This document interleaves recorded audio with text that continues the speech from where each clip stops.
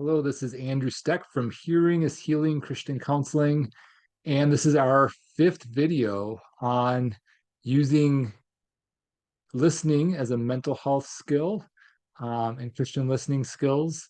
And so in this video, we're going to look at how hearing can help enhance basic psychological mental health skills, and specifically cognitive behavioral therapy, or CBT.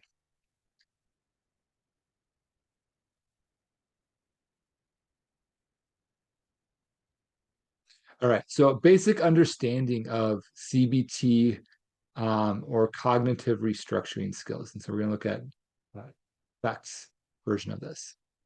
So in this understanding of, or the world of CBT, which is a lens, it's not the only lens, it's really important to understand. This is a modality of that can be helpful for decreasing mental health symptoms.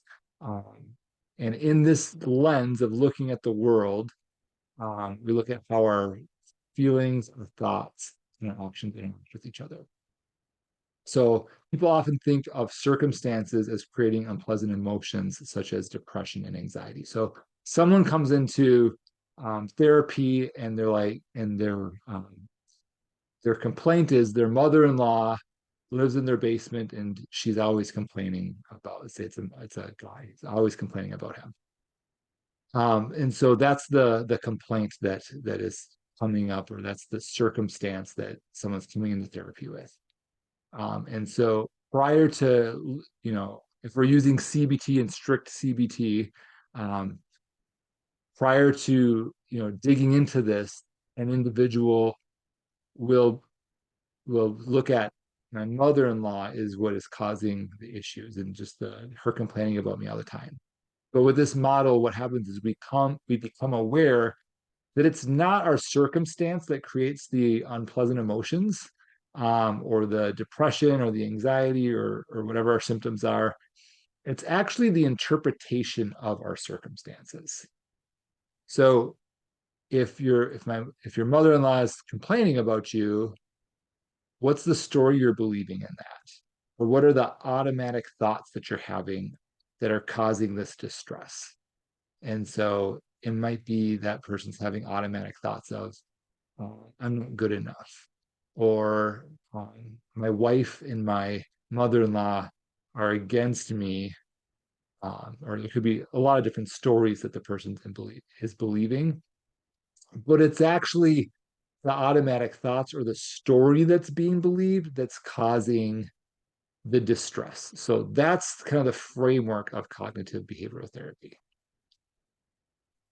And so what happens in cognitive behavioral therapy is, especially with the thought restructuring piece of that we're looking at, is if we change the automatic thoughts that we're having. So if that individual is believing,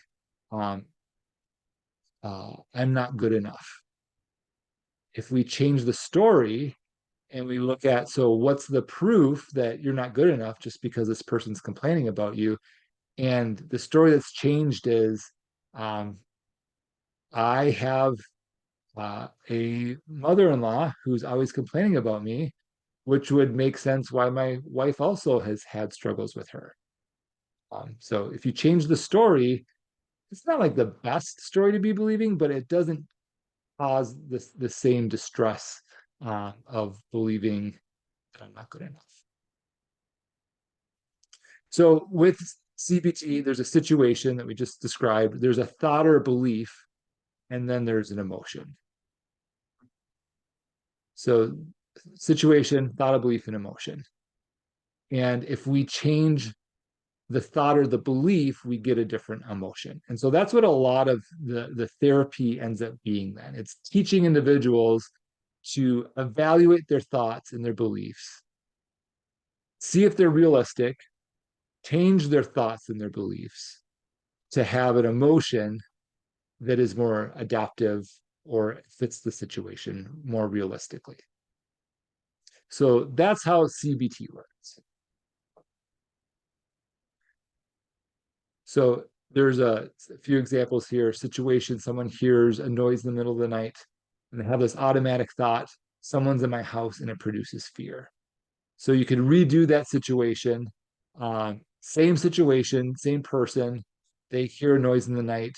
Nothing is different, but they remember that my cat likes to sit up above my headboard where I sleep, and there's a window there, and he likes to scratch at the window. And so, same situation, but you just have that new thought. That noise must just be my cat. And rather than having fear, now you're having peace. So you're learning to look at thoughts realistically.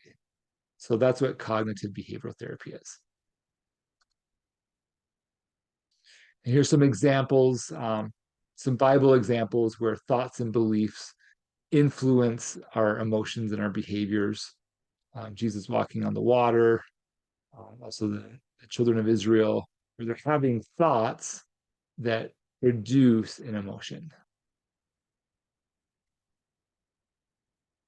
So, how does hearing God's voice help with anxiety and depression with CBT as the model?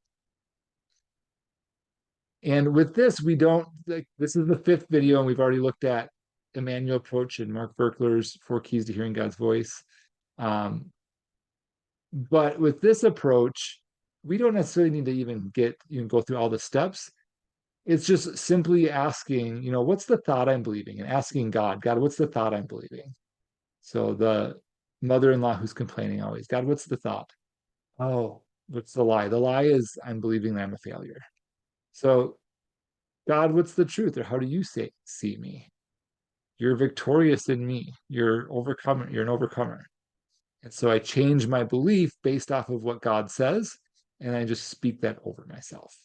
So that's how you would enhance um, cognitive restructuring or cognitive distortion skills with hearing and listening. So you really could use the deeper Carl Lehman's Emmanuel approach or Mark and Patty Verkler's The Four Keys to Hearing God's Voice. You could really use those also. If it's like I'm struggling and I don't know what the lie is, and I really need to hear from God what the truth is, that would be a good place to start. Where you're, journaling, you're writing out what he's saying, you're looking to vision, you're doing all those things, you're using the positive memory. Definitely can work. Um, Also, it's can be really easy sometimes just to have that split second. The Holy Spirit and our spirit we talked about in the previous video, how it's like mashed potatoes. So my spirit, his spirit, they're joined together, and God can be sensed as a flow from within me. So as I just tune in to myself and the Holy Spirit within my spirit, what's the lie I'm believing? Oh, it's this. What's the truth? Oh, here's the truth. And as we tell ourselves the truth, our symptoms go down. So if we were using this with a group, I would have them listen with CBT by choosing a time from the last month where there was moderate anxiety or depression and just ask God, what's the lie I'm believing? And you could do that with the looking to vision or a positive memory, like the other two approaches, or you could just ask God, what's the lie, and see if a thought comes to you. And then what's the truth? And either speak out that truth or you just remind yourself of the truth. With cognitive behavioral therapy, so it's different than if I'm just talking about psychology modalities. Cognitive behavioral therapy takes a lot of work. It's telling yourself the truth over and over and over again. And we know that you can rewrite, uh, you know, thought patterns and the way that our thoughts are set up in our brain. You can rewrite truth into our brain by telling yourself the truth over and over again. But it's different than the trauma work. So with trauma work, you might go to the past, find out, and just do the work once, and you have a tremendous breakthrough. We don't feel the same thing. So they both work, but just knowing that with this, it might be telling yourself the truth over and over again. So that's how that works. Yeah, so thanks for coming along with this 5-part series on hearing God's voice. If you're just tuning in now, there's the first 4 videos that also would be helpful for using listening skills in the midst of a therapy session, but also as therapy homework. So you can go back and listen to those.